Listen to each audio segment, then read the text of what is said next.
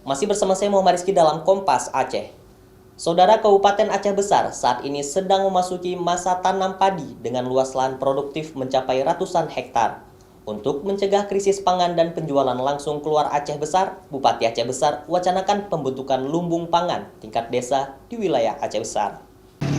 Lumbung pangan tingkat rumah, desa, dan kecamatan yang direncanakan oleh Bupati Aceh Besar Mawardi Ali bertujuan untuk mencegah terjadinya krisis pangan serta penjualan langsung keluar Aceh Besar yang dilakukan oleh para petani setelah musim panen.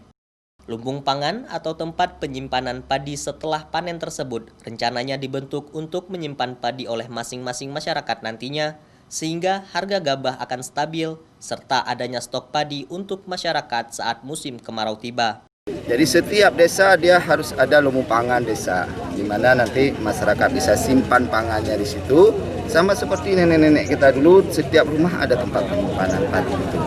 Dan sekarang ini kita akan serba cepat. Begitu ada hasil langsung jual. Nah, kita nggak boleh karena memang kita berharap bahwa memang masyarakat kita ada nanti cadangan pangannya. Aceh Besar sendiri saat ini memiliki lahan produktif ratusan hektar yang dapat dimanfaatkan sebagai lahan untuk menanam padi serta produk pertanian lainnya.